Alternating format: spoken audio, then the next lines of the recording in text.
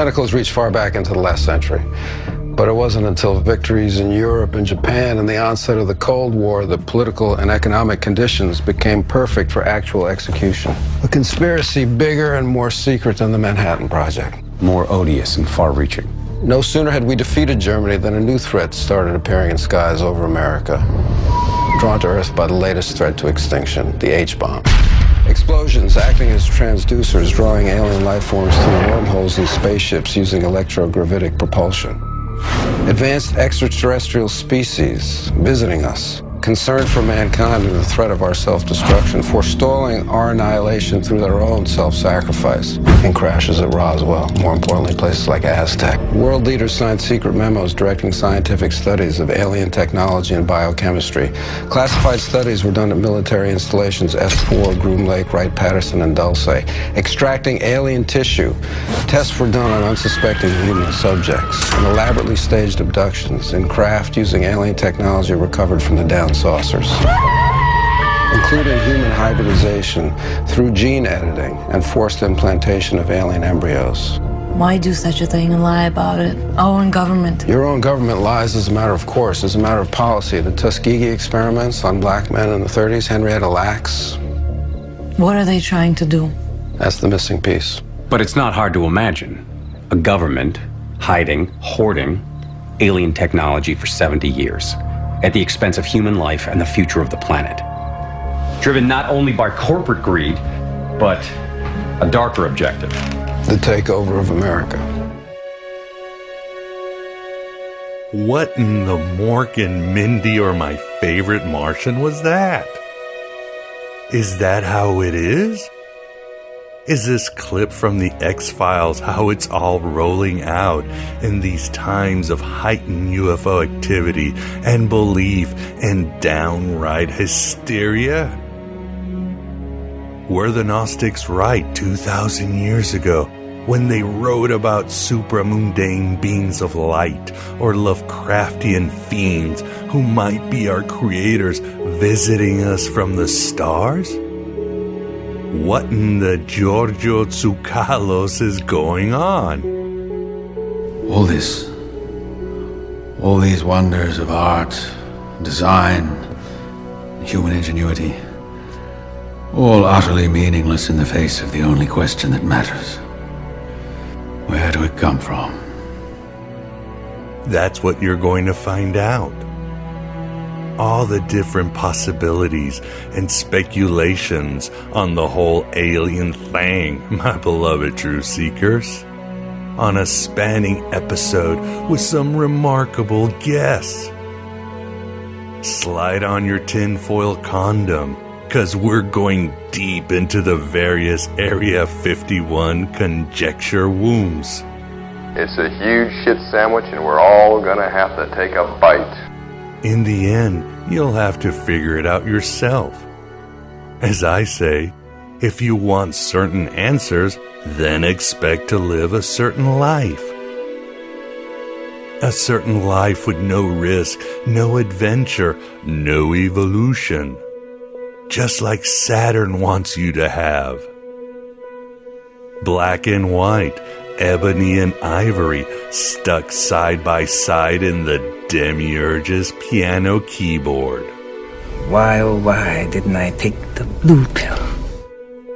And let's face it, in the Gospel of John, when Jesus says the truth will set you free, he isn't talking about whether the grays or the whites are ruling humanity or whether Jeff Bezos is leveraging alien tech for his private breakaway civilization.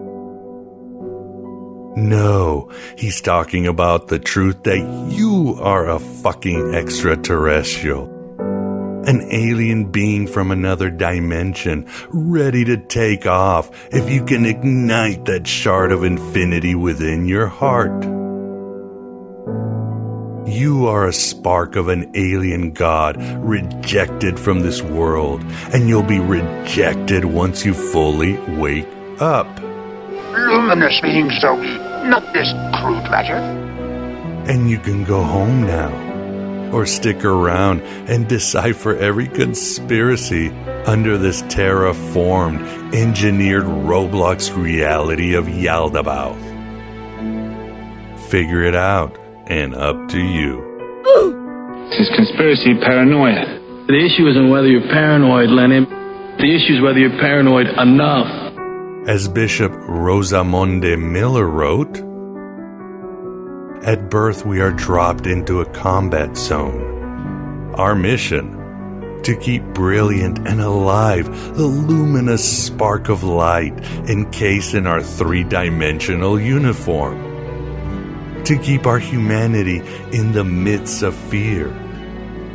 To remain compassionate and without judgment. Never profiteering from war or engaging in acts of cruelty. Never forget who you are before being born, for you will return to it after you die.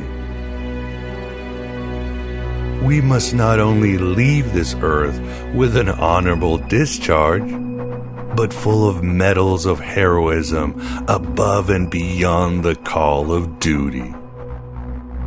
Never lose the best of your humanity. Never forget who you are." And in short, I think the message here is that we should never simply write ourselves off and see ourselves as the victims of various forces. It's always our decision who we are. The truth will set you free. This is blasphemy! This is madness! Aeon by Gnostic Radio. An initiation by conversation into the dark corners of myth, magic, and meaning. A crash course in cult culture and conspiracy. A virtuous virus invoking and informing history, holiness, and heresy. Each week I, your host Miguel Connor, commandeers your connection to bring the most accepted and rejected scholars and provocateurs to your attention. Fun, compelling, and deeply weird, this is the blow-your-mind cocktail party conversation you always wanted to listen in on. And you deserve to be here, for you are the man who fell to earth, or the starman who can do so many wonders and help others, even if they hate you for being different. None of you seem to understand. I'm not locked in here with you. You're locked in here with me! Welcome you voyagers from beyond the stars on this game of Saturn. Time you realized it. Time you went beyond. Time you destroyed time. So death created time to grow the things that it would kill. And you are reborn, but into the same life. On this September of so much earth, wind, and fire, the year of our demiurge 2019, we have the infernal pleasure of being joined by best-selling author Daniel Pinchbeck, who materializes at the virtual Alexandria to discuss his latest work, The Occult Control System, UFOs, Aliens, Other Dimensions, and Future Timelines. Daniel does a fantastic job in granting an overview of today's extraterrestrial encounter research and interest from many angles and disciplines. You'll see this in our galactic interview. Daniel could only do an hour, however, as he was recuperating from a somewhat serious injury and in transition in Europe. That's summer interviews for ya. But we'll get him fully when he's back in North America. It might be a tumor. It's not a tumor. With that said, I'll bless you with a Trimorphic Paranoia, where we engage in a sublime group discussion on the main topic. For this, we were joined by Scott Smith, author of God Reconsidered. Scott does a stellar, and I mean stellar job, complimenting and even expanding on Daniel's ideas. Pretty much covering the entire UFO research in the last generation.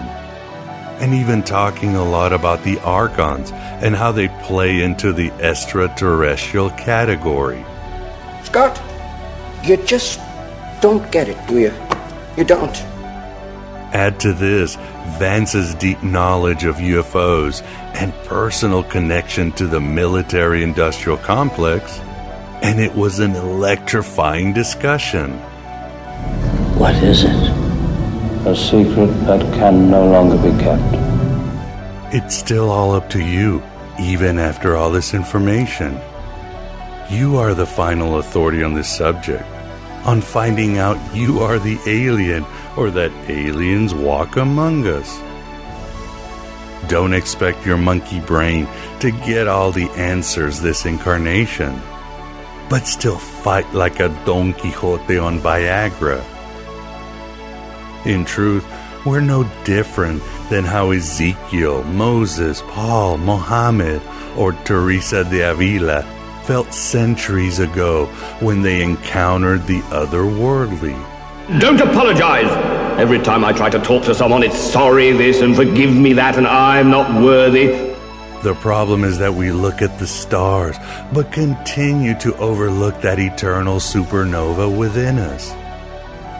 We seek celestial saviors and reptilian villains because we might not want to face our cosmic inheritance or inner counterfeit realities, and often not embrace our humanity, that liberating place where the fallen angel meets the rising ape. But Gnosis fixes all of that. As my friend Jim West told me once, Gnosticism isn't so much about being divine, but sharing divinity and our shared divinity. Gnostics hate fake reality, fake news, fake love, fake people, and fake gods. The great Oz has spoken. Oh! Pay no attention to that man behind the curtain. The great Oz has spoken. Who are you?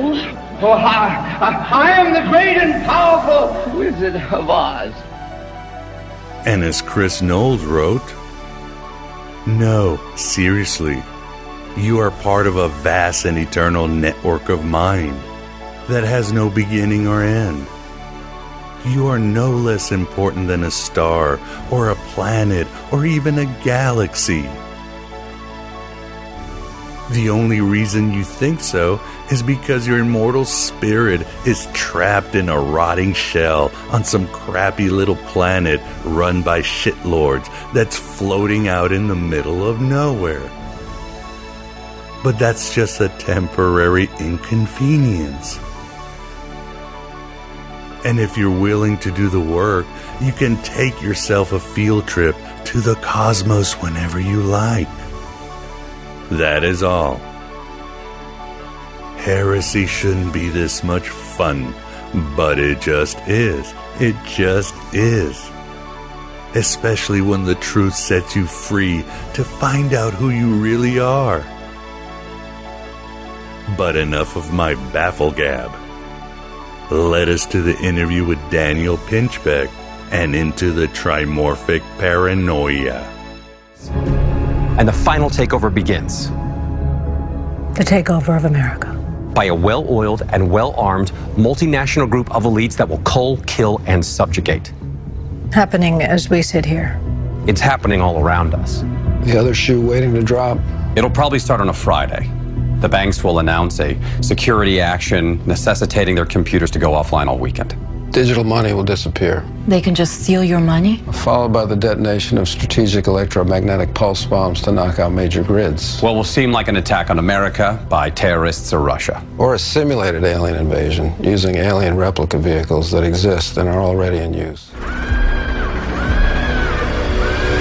This is the AM Byte interview, and with us we definitely have the pleasure of being joined by Daniel Pinchbeck to discuss his new book, Occult Control System, UFOs, Alien Visitations, and Possible Future Timelines. How you doing today, Daniel? And thank you for coming on the show. Thanks. Yeah, I mean, I'm doing well. I at the moment have a broken leg, so I'm in a cast in Vienna. But other than that, I'm doing great. Awesome. Glad you're feeling better, at least resting. And Vienna sounds like an awesome place to recuperate from the trials of the physical world. So good deal. And with us, we also have Vance Sachi. How you doing, Vance? I'm okay. Looking forward to selecting a good timeline for this interview. Yes. Well, wonderful. And, let's start with the reason you wrote this book. Obviously, I think the reason is obvious, Daniel. This is a very hot topic and also a topic that has a lot of misinformation. So tell us why you wrote this book. For those reasons? Yeah, well, I mean, my first book was on psychedelic shamanism, Breaking Open the Head, that came out in 2002. Then I wrote a book called 2012, The Return of Quetzalcoatl, that came out in 2006. And in the second book, there was a whole section on the crop circles that appear, around the world, particularly in England every summer. And I stayed there for summer researching them. And that led me down the, incredibly complex rabbit hole of, aliens, UFOs, abductions. And I always felt it was like just the beginning of a conversation that I wanted to come back to. And now, recently, the mainstream media has embraced the subject, or at least is exploring the subject with a level of seriousness that's, totally unheard of, including big articles in the New York Times, the Washington Post, the series Unidentified, which was on the History Channel. So, I just really felt I had a viewpoint that, needed to be heard. And it was the right moment to kind of get those ideas back in circulation and sort of stir up some discussion around them. Yeah, glad you wrote it because, again, as you mentioned, this is coming to the forefront of society's mainstream, but also there is a lot of misinformation. Things are understood out of context. People don't know the history. So it's important that works like yours come out to sort of give us an anchor to what's going on. And your book covers a lot of the different approaches to UFO and the scholarship out there. But we probably should start with UFO itself, and this is something you cover in your book. You say that UFO or alien topics are not culturally respectable, unlike psychedelics, and you are one of the pioneers of the psychedelic movement at the start of the 21st century. Why do you think it's still not respectable, even often in conspiracy culture and occult circles? Well, I think it's very hard for most people to kind of go into a subject area unless there's like an established sort of conceptual container where you can sort of have an understanding. And, when I wrote Breaking Open the Head, although, there were still many people exploring psychedelics since the 60s, in terms of like a mainstream cultural dialogue, there really wasn't anything happening. And they've been kind of relegated, sort of into this strange arena where in sort of what were called like serious intellectual or media circles, you just couldn't really talk about them. And so I felt, Breaking Open the Head kind of helped, maybe establish a cultural narrative and kind of maybe philosophical structure for thinking about psychedelics again for people that place them in the context of, the visionary experience and the European, witch tradition and the Inquisition and anthropology and then culture, how artists explore the visionary experience using drugs and other methods and so on. So I think it helped to, begin to create like a new context for sort of a new modern understanding of psychedelics. And so similarly at the moment with UFOs, there's no really set, container. I mean, there are people on the fringe, there are, channels, there are people who make a lot of exaggerated claims. There's a lot of stuff where you don't know if it's like real or disinformation or it feels kind of loopy, the kind of stuff that Gaia puts out with like Corey Good and David Wilcock and so on. So what I wanted to do was to try to bring a little more intellectual discernment and help construct a framework for how we might think about this type of phenomena going forward. And do you see a connection between psychedelics, aliens, and the Earth's ecology? I mean, it's no secret when you have alien visitations, one of the first things they always tell us is, man, you are screwing up your planet. I think there definitely are, layers of connection. And what I, explored in the essay is, one kind of approach that I take very seriously is the Jungian approach. Which is very much a shamanic approach, which sees phenomena that happen as kind of aspects of the psyche, the collective psyche, larger processes happening in the collective unconscious and the collective psyche.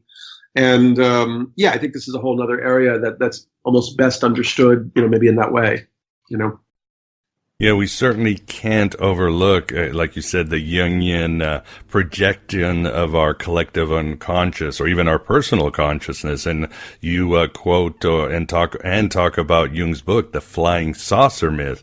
And of course, this is apparent. For example, whenever we have high tensions with the Russians, like now and like we did 20, 30 years ago, there's a higher UFO activity. So it's certainly possible, again, like Jung said, that we are projecting. Mm-hmm.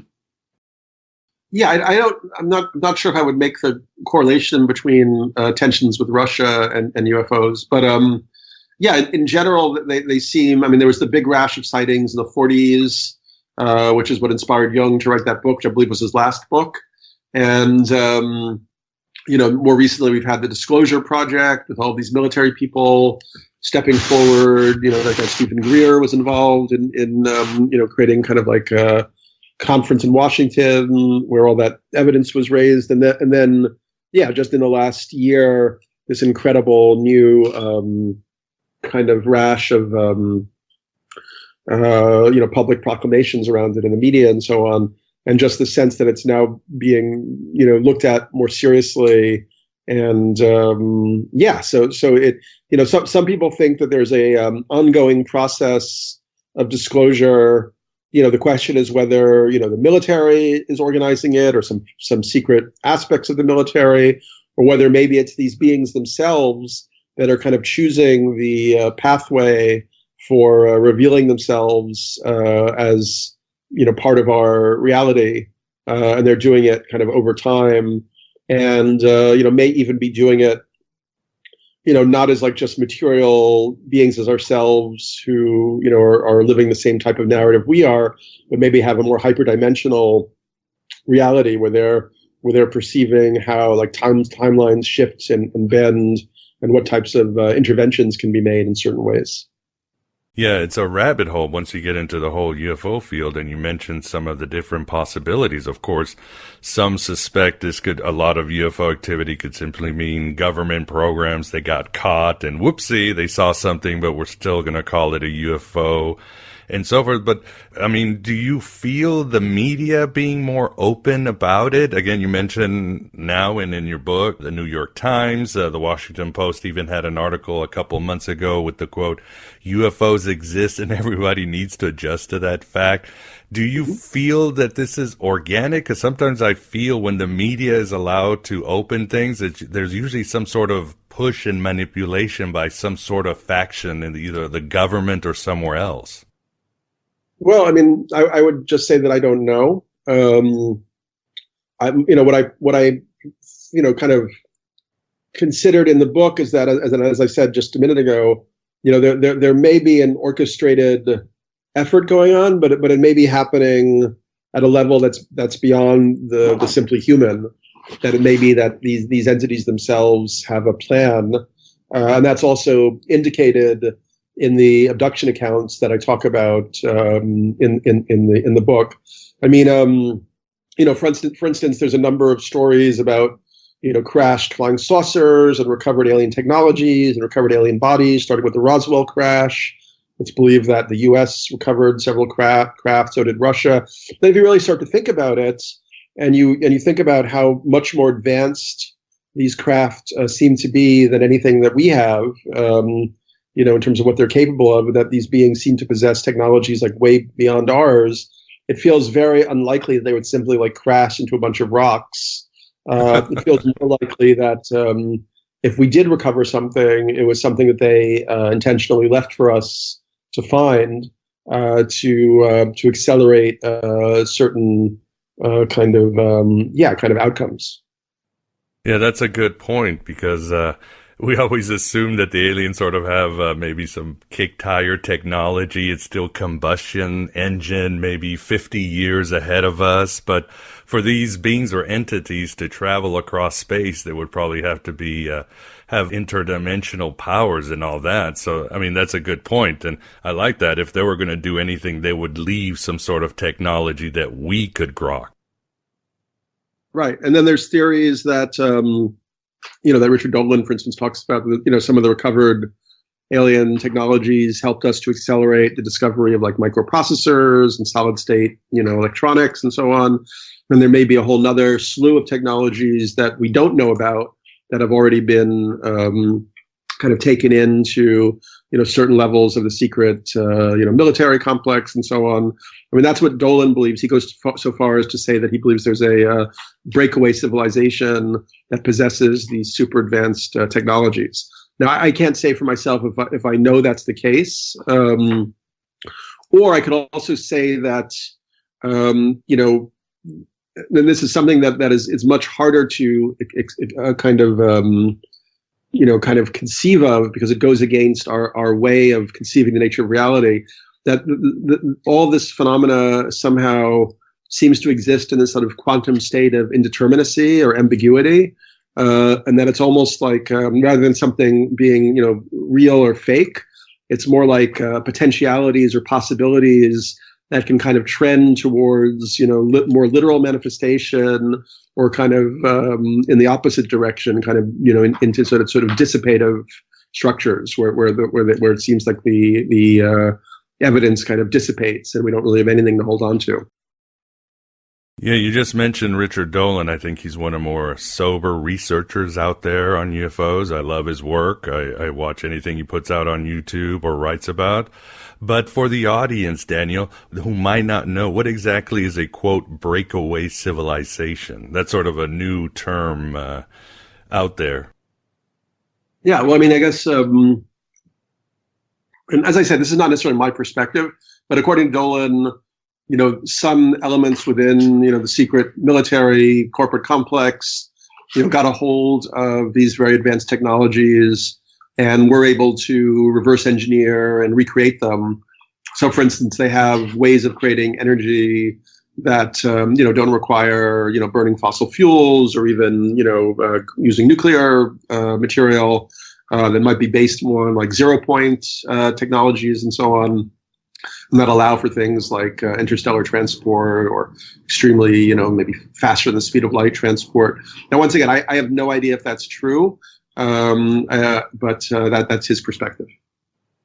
Yes, indeed. And again, I would urge everybody to follow Richard's work. And so what about the title of your book? Because I'm quoting you. I bookmarked a lot of your quotes that were very good. And one of them is, the UFOs are physical manifestations that cannot be understood apart from their psychic and symbolic reality.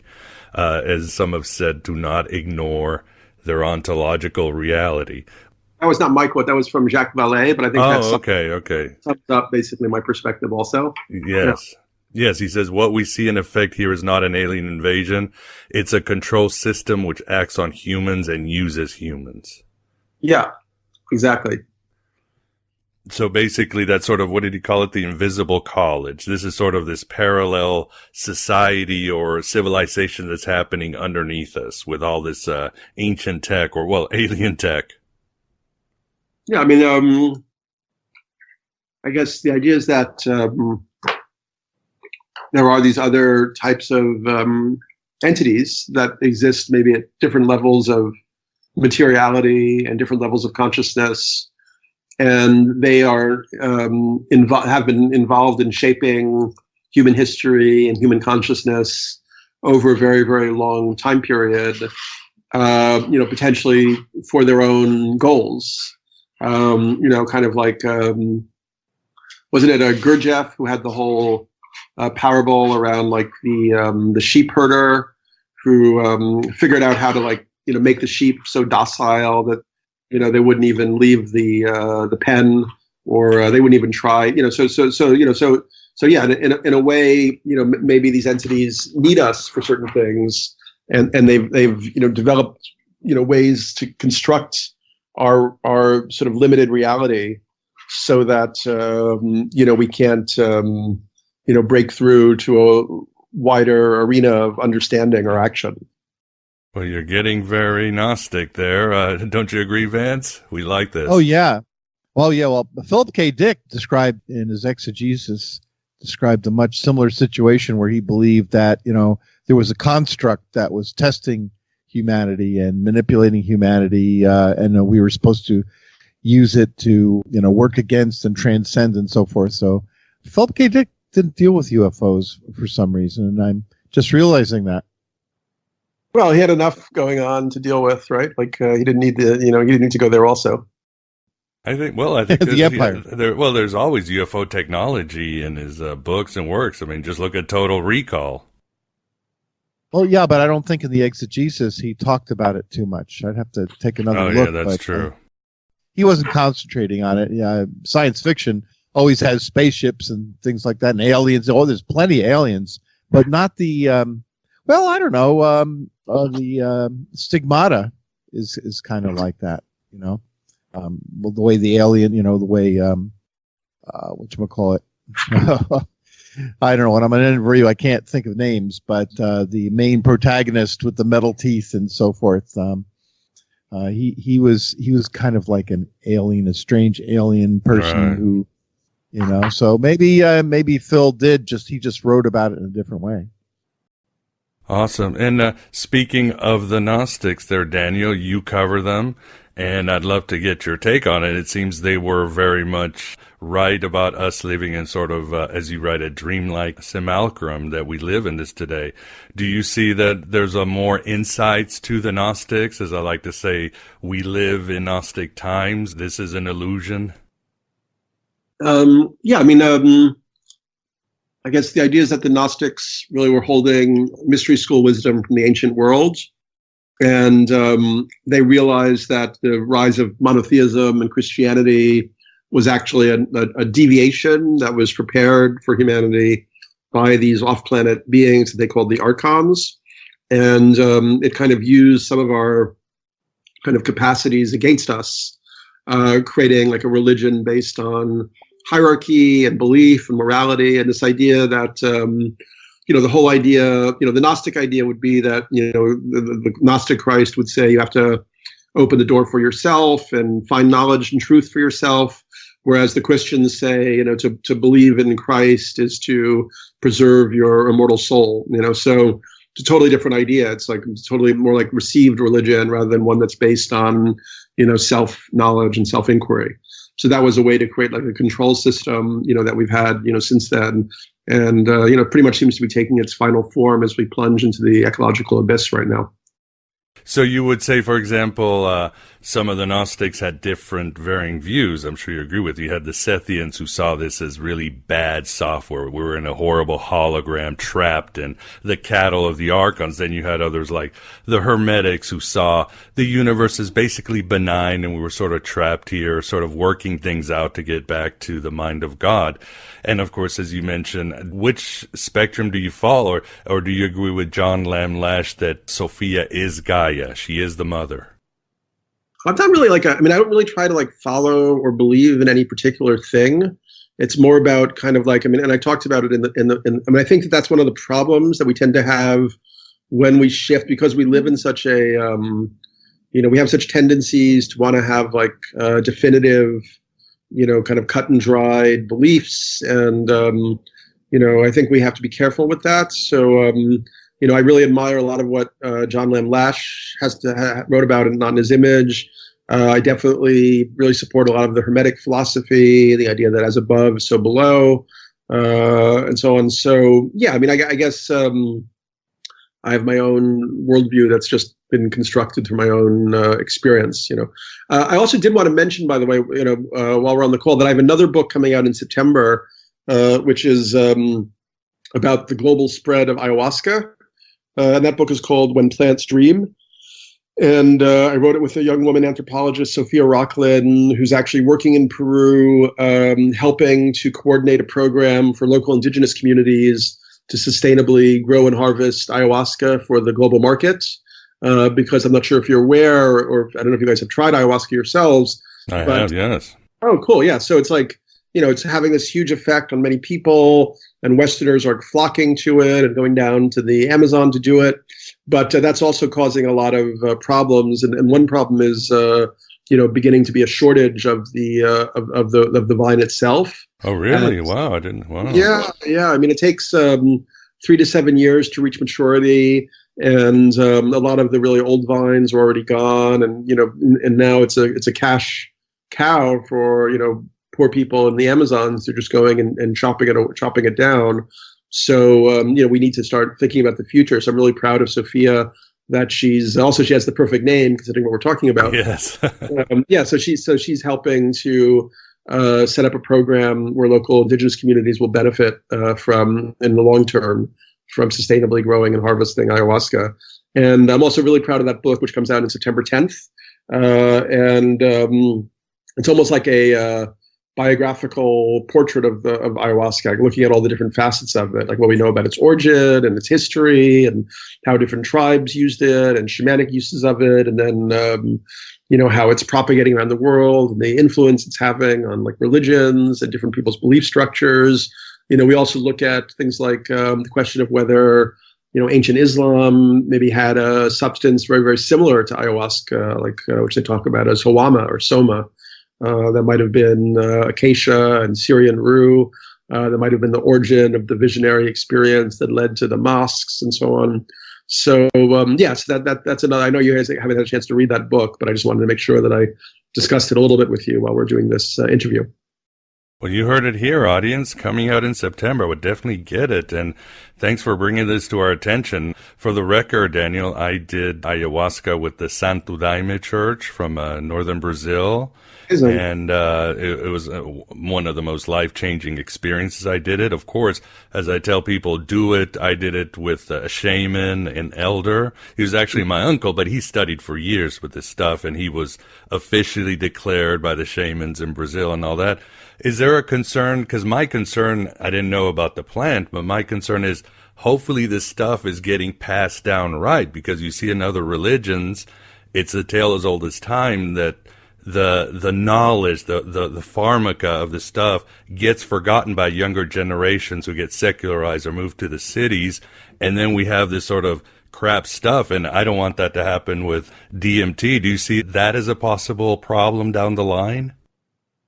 You mean that people would? I'm not quite sure what the problem would be. They're not handing down the stuff of the elders, how to use DMT right. Younger people, they move to the city, they ignore their elders, and then the stuff is forgotten in time.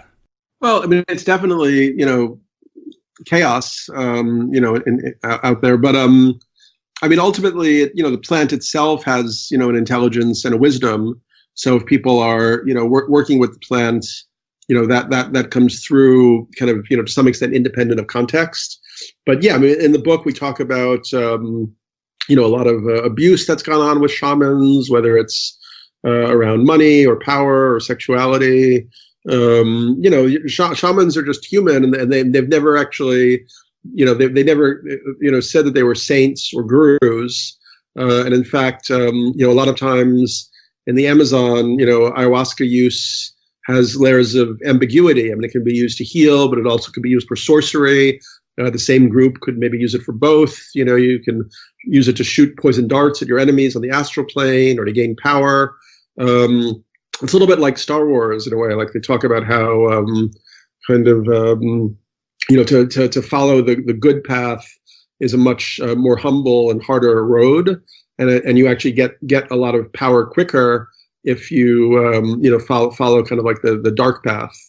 But if you follow the good path like all the way to the end, then ultimately you become like a much more powerful healer. You become what they call think it's called a Banco Mariah or something, which is like the top level shaman.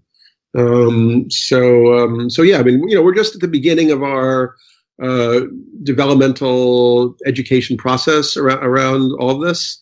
And, obviously there's going to be a lot of bumps on the road, but, I guess overall, I think that ayahuasca is having a very, very positive effect on people as it moves around the world, and it's kind of often awakens people to their responsibility.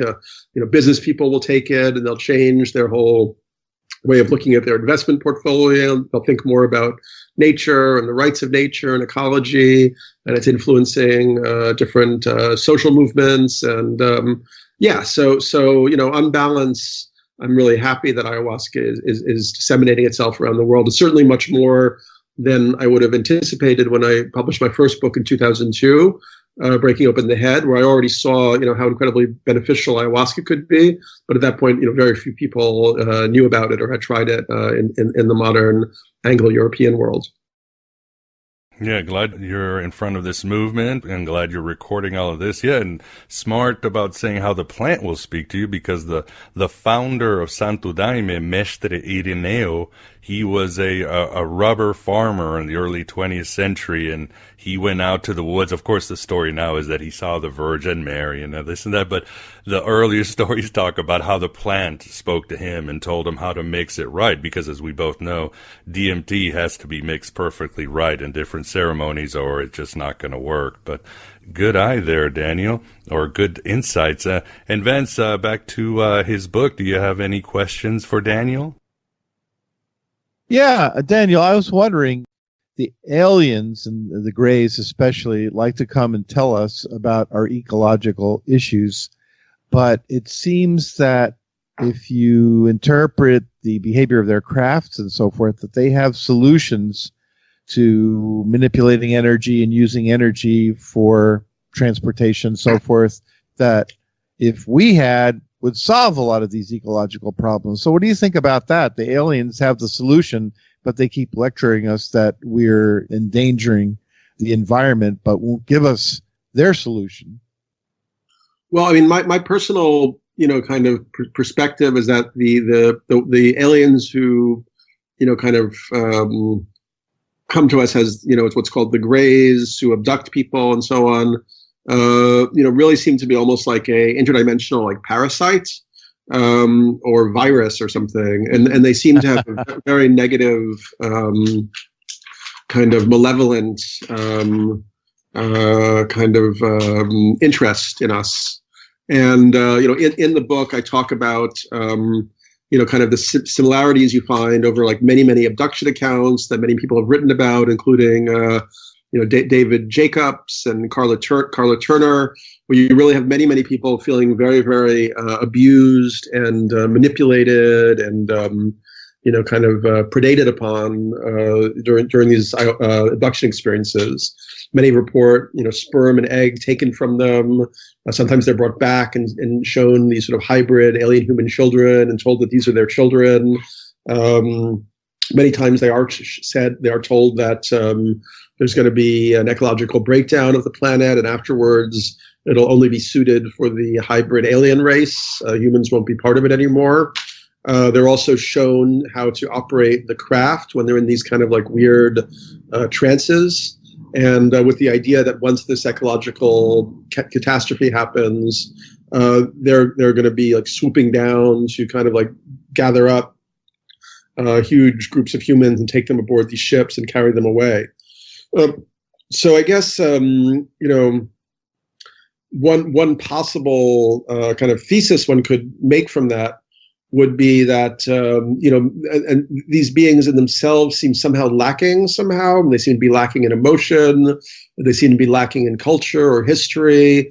So somebody, people have described them as clones or kind of non-biological entities.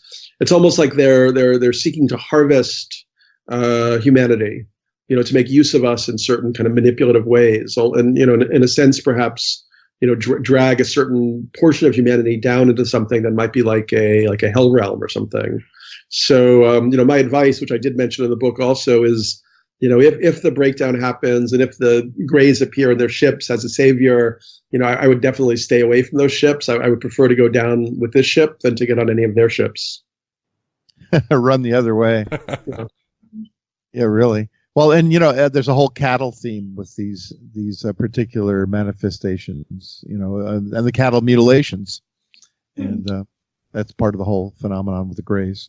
Yeah, I mean, I also totally think, in this, kind of paradigm that, I sort of established in the 2012 book and so on, that, there are probably there's probably like a whole ecology of, kind of beings that exist at these other levels of kind of materialization or substantiality. And, some of them, maybe the easiest ones to, kind of interact with are the more negative, malevolent ones. But then there may be ones who are totally benevolent and want to help us. But we have to kind of evolve further in our own development in terms of our consciousness and our spirituality to actually have clear contact with these beings. And for me, that's part of the teaching that's given us year after year in the crop circles. This sort of deep suggestion that, through exploring like sacred geometry and, the knowledge from the ancient mystery traditions and the knowledge that's embedded in the ancient stone circles and so on, we can actually begin to develop a new understanding that really brings together the ancient knowledge with our contemporary scientific knowledge. Yeah, that'd be great. I always wondered though why they. I don't expect any sort of benevolent beings to come down, just plop themselves down and say, "All right, you guys, here's the way to do it." But I wish there's a little bit more interface between their level of reality and ours. I mean, why don't we have benevolent beings who are as popularly known as the Greys? I mean, there are some, but they seem to be fewer and more far between. I mean, I guess one potential manifestation of that might be the certain channels like Bashar, who I was very skeptical of. He's channeled by this LA character, Daryl, I remember his last name, Anka or something.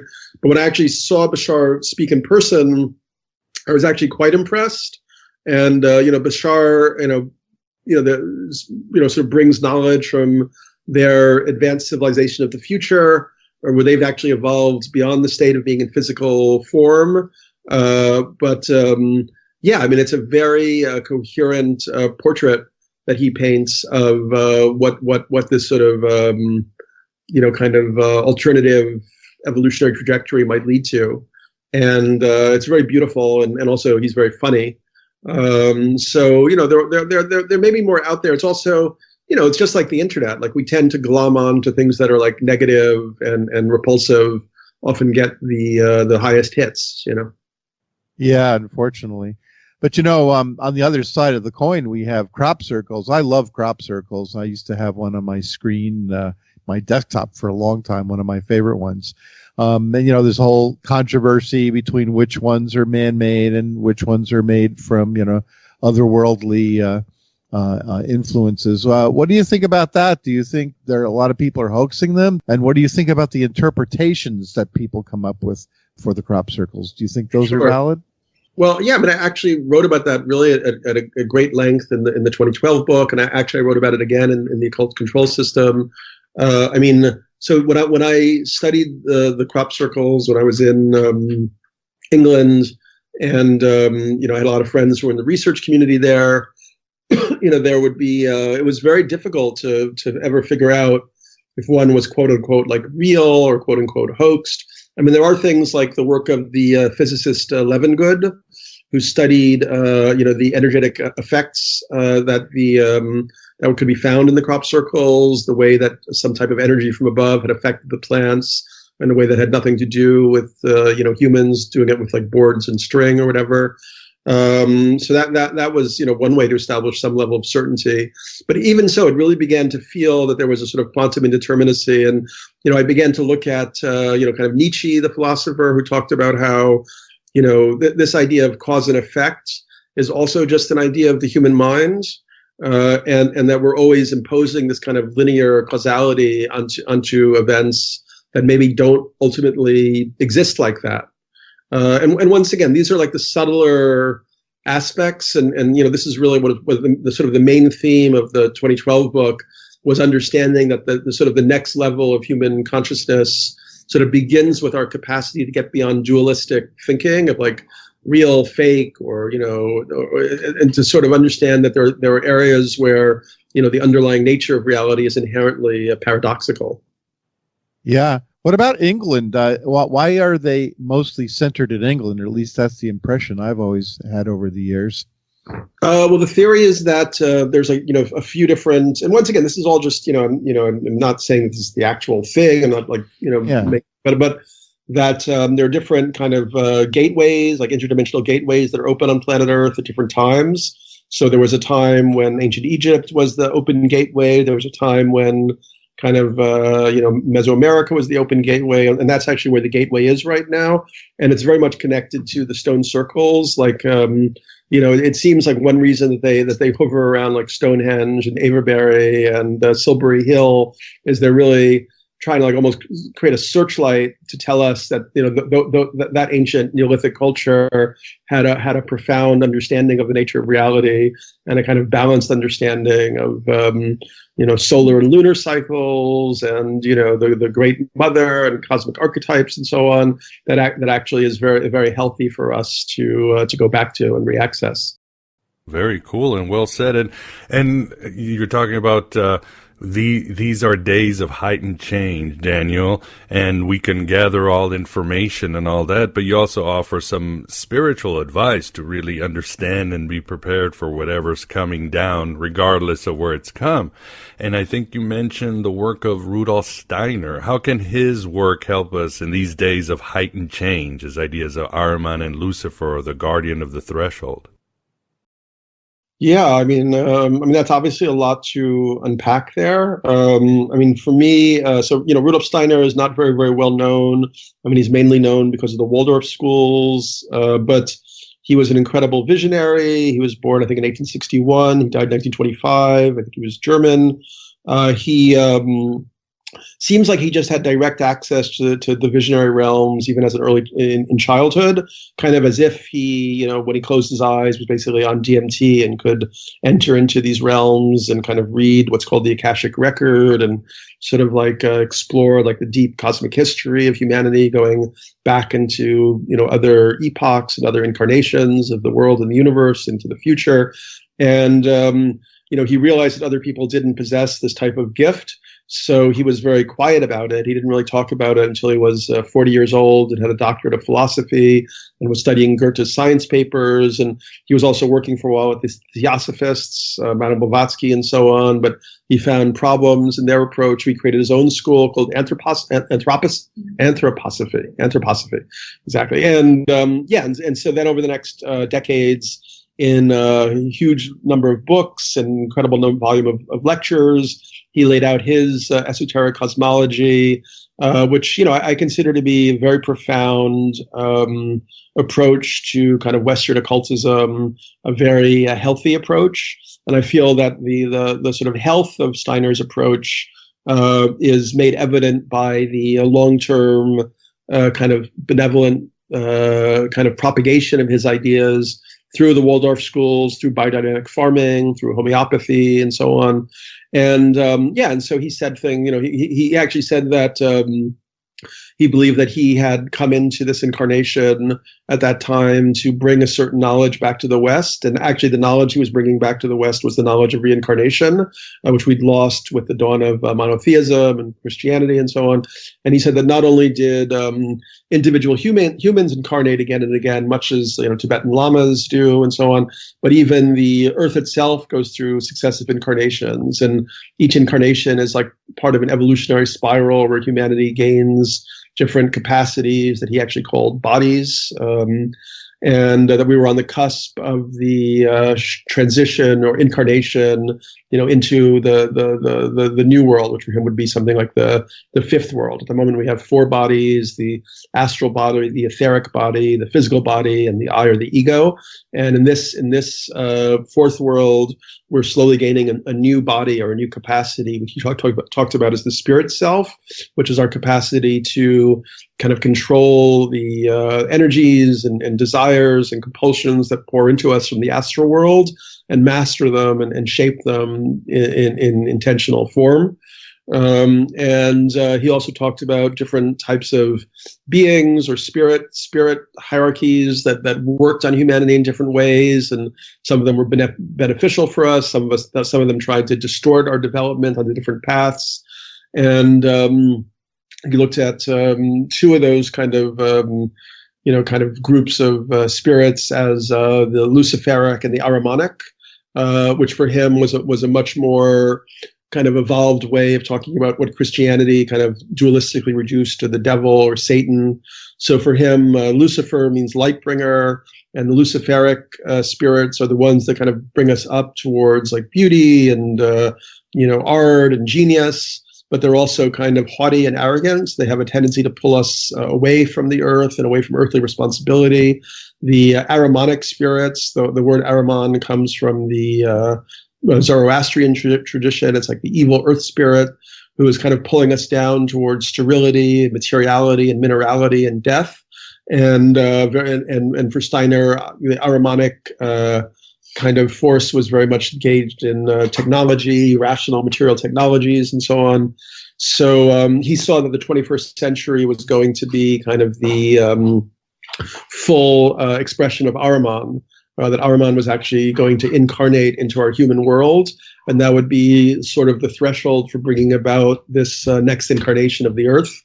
And for me, I think it's very likely that we're seeing the prelude to that Ahrimanic incarnation in phenomena like the birth of generalized AI, the technological singularity, and also the narrative of these Ahrimanic gray aliens in their efforts to kind of create this sterile technological vision of the future where they herd us into these ships and so on. So yeah, I mean, I think that his way of articulating and understanding the occult cosmology is a very, very helpful and healing one, and allows a lot of space for the human being, even in this time, to go through a process of self-development and self-inquiry and self-evolution, and really think that his work needs to be thought and understood on a much deeper and broader level.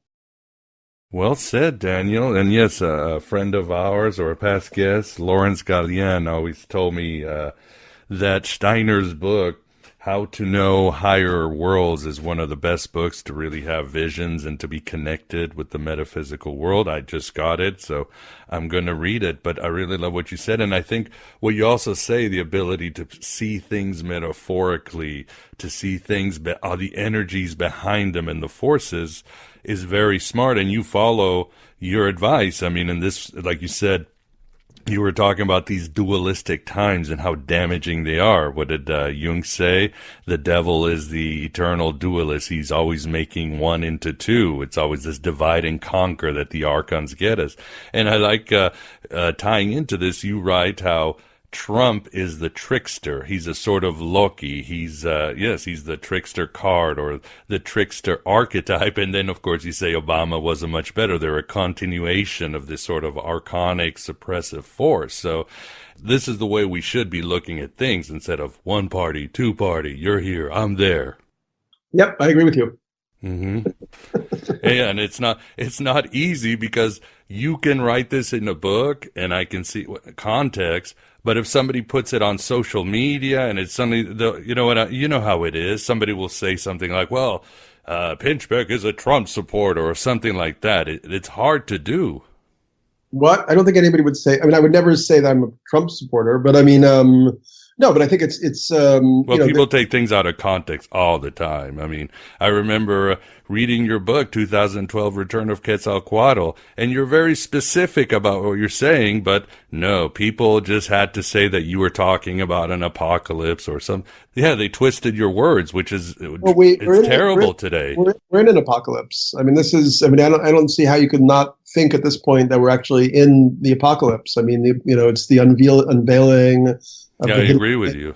Covering the revealing. I mean, the ecological data is, stunningly devastating, and we're still not reacting. And the U.S. in itself is like this giant weight that's pulling the world down to destruction. It's absolutely incredible. We don't even know how to rally at this point. And there's also a esoteric cosmology behind that. I mean, a lot of fundamentalists and evangelists want to, bring about the end times. They want to accelerate the end times to bring about the rapture because they believe that they're going to be, the ones who are saved through the ascension at the last possible moment. But I mean, it's insane because their actions are actually leading to this Armageddon. In Russia, I mean, like one of Trump's chief advisors, I think his name is Alexander Durgin. I mean, he's also, I should look that up actually for you, but he's actually totally apocalyptic. And like Steve said, he's a chaos magician too, yeah. I don't think he's a chaos magician. I don't think so. But he's also like Steve Bannon. He's influenced very much by the thinking of Julius Evola and, these kind of like far-right esoteric traditionalists like René Guénon and so on. So, there's a lot of esotericism behind the scenes in this total catastrophe that we're having geopolitically. Yeah, well, one way or another, it is an apocalypse, it is an unveiling, or we're getting to the end of something, but we are getting to the end of the interview, Daniel. Also, something I wanted you to talk and tell the audience, you also mentioned, I got an email a few days ago, you just wrote a new play, Deep Zero. I think it sounds fascinating. Could you tell the audience about it? Yeah, well, I mean, basically, we didn't even mention my last book was called How Soon Is Now? And I actually spent 10 years on that book, and I got introductions from Russell Brand and Sting for it. And that book was very much focused on the ecological crisis, looking at the whole situation as something like a shamanic initiation for humanity or a rite of passage for humanity, but then also seeking to propose a system design solution that took into account technology, social systems like governance and economics, and then also consciousness, how you would shift, mass consciousness using media and so on. But that book took me 10 years. And that book I really felt as like a heavy burden of responsibility. And since finishing it and releasing it, I've kind of decided to kind of like go back to what I've always considered to be like my real identity as a human being, which is just as an artist. And so for me, it was like a very, very beautiful cathartic experience to write my first play, Deep Zero, which, it's a little bit like, I haven't even had a reading of it yet. And I don't know, how well it would work on stage. It may be a little bit more like one of those like Diderot, the Enlightenment guy used to write these kind of play philosophy kind of dialogues. In a way, it's like a novel of ideas or a play of ideas with different characters representing different philosophical point of views. But I'm very proud of it. I think it's also quite funny. It's a sort of a dark satirical comedy that's set at a transformational festival, pretty much modeled on Burning Man, but a little bit different, during an accelerated ecological crisis with a bunch of the world's wealthiest, most privileged people kind of making quick decisions about what they're going to do to escape and who they're going to save and who's going to be fucked and so on. Super happy. And one thing I've really discovered recently, which I'm really feeling is a really fun tool of expression, is the Amazon publishing platform, where I can just get works out, without any publishing intermediary and get them out to people right away. And so I'm super happy with Deep Zero. I hope people will read it. I hope people will stage it. If anybody wants to stage a reading, they can send me an email, daniel.pinchbeck@gmail.com. And more to come. I'm also working on a screenplay kind of based on those ideas, but, evolving them in a different direction. And I just really want to embrace my own artistic nature for a while and run with that. Awesome, awesome. And just out of curiosity, what are some of your favorite extraterrestrial movies? Some that really affected you or you think are pretty accurate? Like last year I watched Annihilation, and I thought it was a very fascinating movie. What about you? What are some of your favorites, Daniel?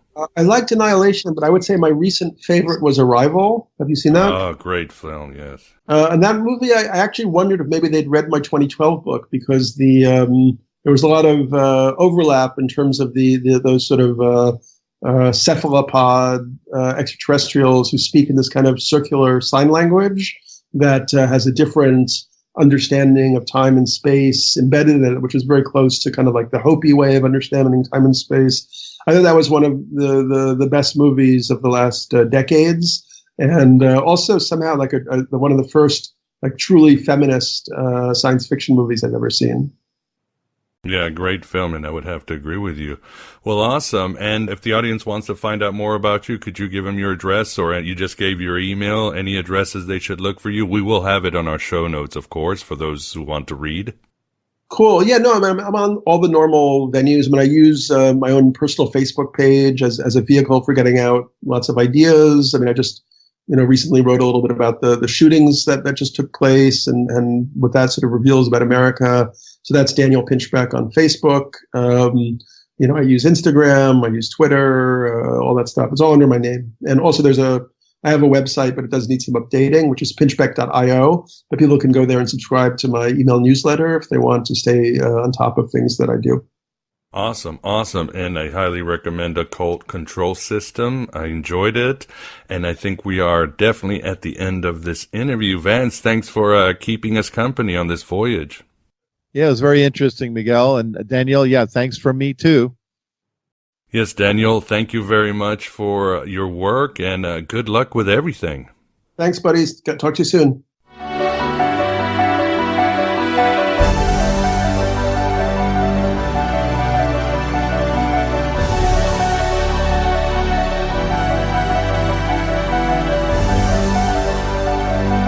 This is the Alien Bite. Whoa, not Alien Bite, it's Aeon Bite. Already the theme is getting me, probably getting possessed by aliens.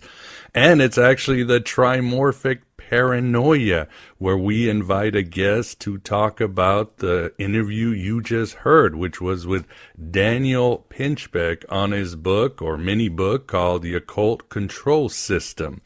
And with us, always a pleasure, we do have Scott Smith, and unless, his body was possessed by an alien, and then we have some entity. But regardless, how you doing, Scott, or alien entity?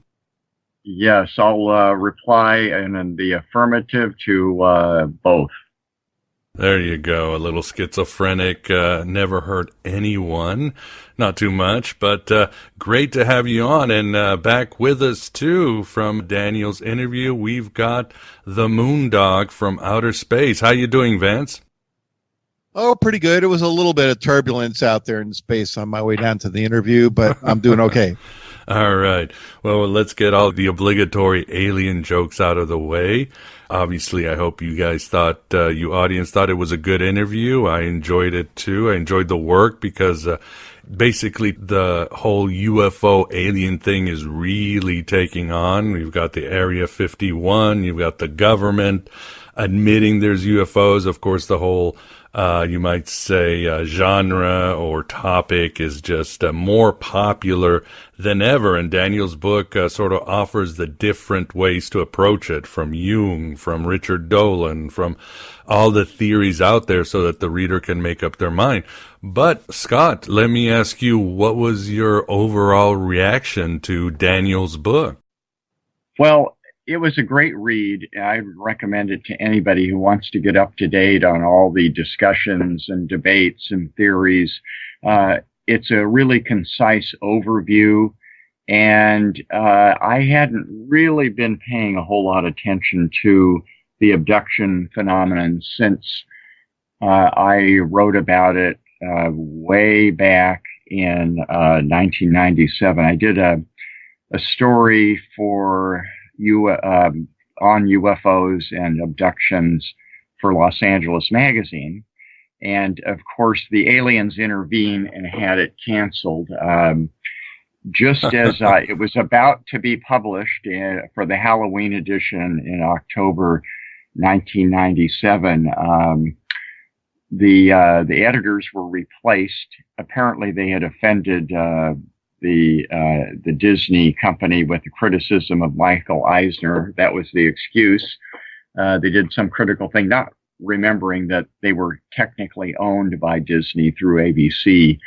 And so the new editor who came on was from W Magazine, the fashion magazine, who apparently his idea of a scandal was, a bad set of clothing that came out from a major fashion designer. So he offered me a small fortune to kill the story, and I opted to take a fat kill fee, and I took it to UFO Magazine where I published it. And that was really the last time that I looked at the abduction phenomenon seriously. And I do really relate to Pinchbeck's feeling that he went down the rabbit hole into what I call malice in Wonderland, because I think this is the topic that really can drive you crazy. I know I went on to a career after 1997 of reporting. I had been reporting for Fate magazine, but I wrote for quite a bit for UFO magazine and interviewed a lot of famous people involved in that field and stuff. But once I hit the abduction phenomenon, that really started to drive me crazy. One of my interviews was C.D.B. Bryan, who was a Pulitzer Prize winner, and he wrote a book called Close Encounters of the Fourth Kind, which fourth kind means harm to the abductees, as opposed to Close Encounters of the Third Kind, the Spielberg movie. So I talked to him about this, and he basically said, I kind of enjoyed looking into this mysterious scientific enigma. And then I got to the Hall of Mirrors that involves the abduction thing, because the more you get involved, the more real it does seem, but the crazier the stories are. And that crisis, which made me, going back to 1989, made me realize that conventional religion did not have a good answer. And I came, as we've talked about on other podcasts, from a Mormon background. The Mormons are perfectly fine with aliens. They think, there are many children of God on other planets. And but then I started realizing, this abduction thing doesn't really explain any religion that believes in a benevolent God. This is like an atomic bomb or the Black Death or something, once you really get into it and understand the implications. So that's what actually triggered my first of two experiences with Gnosis, and seeing that this reality was not as described in the real estate handbook called the Bible, that tells us that a benevolent God put us here, and we're out of the Garden of Eden, but we'll get back there eventually, So this is a topic dear to my heart. I do think he's got a great summary, but I also think he has some questionable sources in there, which is part of this journey to understanding UFOs and abduction. So it was a great opportunity to come up to speed.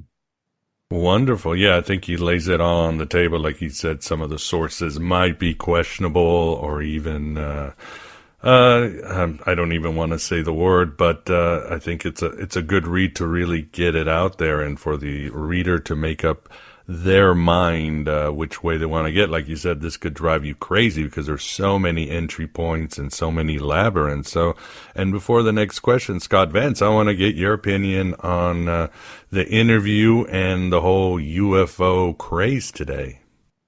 Well, I'm a little bit skeptical that all of a sudden the government's coming, out and letting the former investigators from the Pentagon and so forth, maybe they have something they have in mind, a mind control thing.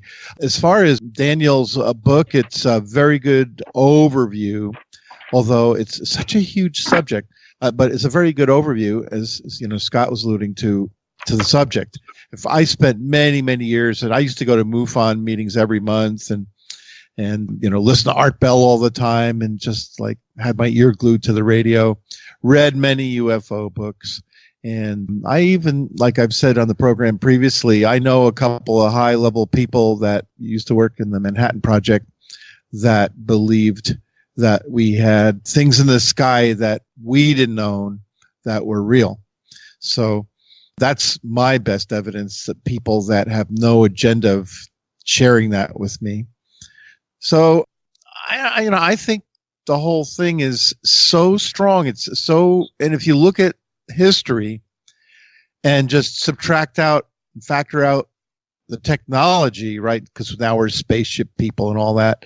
I think the same thing has been happening in every culture with those cultural symbols, which brings us back to Jung. So I think something is happening at an archetypical level for sure, but it's a common theme. So that's my general thoughts on the subject.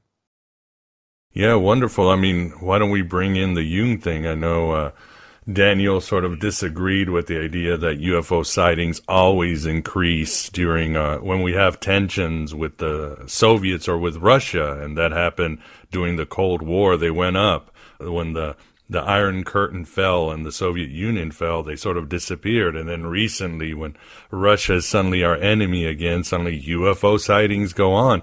And that sort of points to, well, it could be secret machines on both sides, or it could be, again, our unconscious projecting these images on these other beings, whatever that used to be called angels or devils in the past. Now we're projecting them as aliens, as otherness, these archons and so forth. But yes, Scott, I'd like to ask you, since we're on the subject, what do you think of his citing of Jung's flying saucer theory that is essential as some sort of archetypal manifestation? Well, I don't really know how relevant it is. I mean, given the fact that we know practically nothing about the cosmos and its many dimensions, we haven't even reached a consensus that we've had alien contact. Every religion, as I lay out in God Reconsidered, is full of obvious contradictions. So it's hard to say how much Jung's idea of kind of the collective unconscious and projections and the psychology of it, and so it influences what's really going on. I think that Jung wrote that very early in the discussion, and it was kind of a sophisticated attempt to understand why people were seeing things and stuff. But this was well before the hard evidence emerged. And in God Reconsidered, I provide 3 really well-documented cases that I think suggest that whatever is happening, or the intensity of it, it goes way beyond being something like a primarily rooted in the collective unconscious. When you have witnesses to an accident, let's say, get on the stand, they all saw different things. So to a certain extent, what people are seeing is influenced by perception, obviously, but there can also be something real there. Now, I have, since the days when I was really involved in all of this stuff in the 80s and 90s, I certainly have moved away from the kind of the hard technology point of view. In God Reconsidered, I don't touch the abduction thing, because the whole point of the chapter on UFOs was to get to first base with the skeptics and say, look, let's not get into all the other conspiracy theories and the aliens are taking us over and abduction, all these other things. Let's talk about the hard evidence we have. Now, was the hard evidence the result of incompetent aliens trying to fly in a new atmosphere, and that's why they crashed at Roswell? Or was it some kind of staged event, and the actual aliens threw in some kind of form of life, or maybe it wasn't even ever alive, who knows? And I've interviewed people who claim that they did have some witness to these entities being kept alive for a while. But I think that Jung's ideas are somewhat dated. It's not that there isn't a projection, let's say, out there, but I think it's kind of not as important as trying to, rather than why is this manifesting now? Well, there have been mass waves much earlier. You go back to the 40s and 50s and 70s and stuff. There may be another wave going on here, and maybe that has to do with tension with Russia or not. Certainly the Chinese and the Russians are inclined to atheism or agnosticism, and they've been, looking at this as long as we have, and they seem to be as mystified by it as we are. So I'm not really sure about that. On the other hand, just from common sense standpoint, when people are in crisis, and we're going through a lot of turmoil in the world now, political, economic, religious, and so forth, people do tend to pay attention to unusual things. And there you have it, my beloved truth seekers. The complete interview with Daniel Pinchbeck on the Occult Control System, as well as a teaser of our Trimorphic Paranoia with Scott Smith. For Aeon Byte Prime members and patrons at Patreon, you get another good hour where Scott summarizes the UFO, extraterrestrial, and alien arena for the last generation, with insights galore. And he includes how the Archons play into this and how Gnosticism answers so many questions on alien encounters. So please support to grow this Red Pill Cafeteria. This has been Aeon Byte's best year, but I hear all the time from new listeners how they just found out about this blasphemy and how much it has helped their lives and helped them wake up. I love bringing you this heresy every week, and I have so much gratitude that your support gives me the chance. But I can't do it without you, and we can reach more, and I can create more. Less than 10% of you are subscribers, but 80% stick around for good. So I know the content is engaging. Don't forget you can support with some shekels via PayPal or the US mail, or my Amazon wishlist, or just by buying me books like Voices of Gnosticism, Other Voices of Gnosticism, Heretic, Stargazer, or The Executioner's Daughter. Or just share and like the shit out of any podcast you hear wherever you are. For all means of support and rewards and content, just go to, you got it, thegodabovegod.com. Divided we stand, together we rise. In the revolution of the spirit and the mind, in the name of Hypatia of Alexandria. Each one of us realizing we are aliens that belong beyond the stars. We're gonna do so many wonders. I just know it. I just know it. Hello and goodbye as always.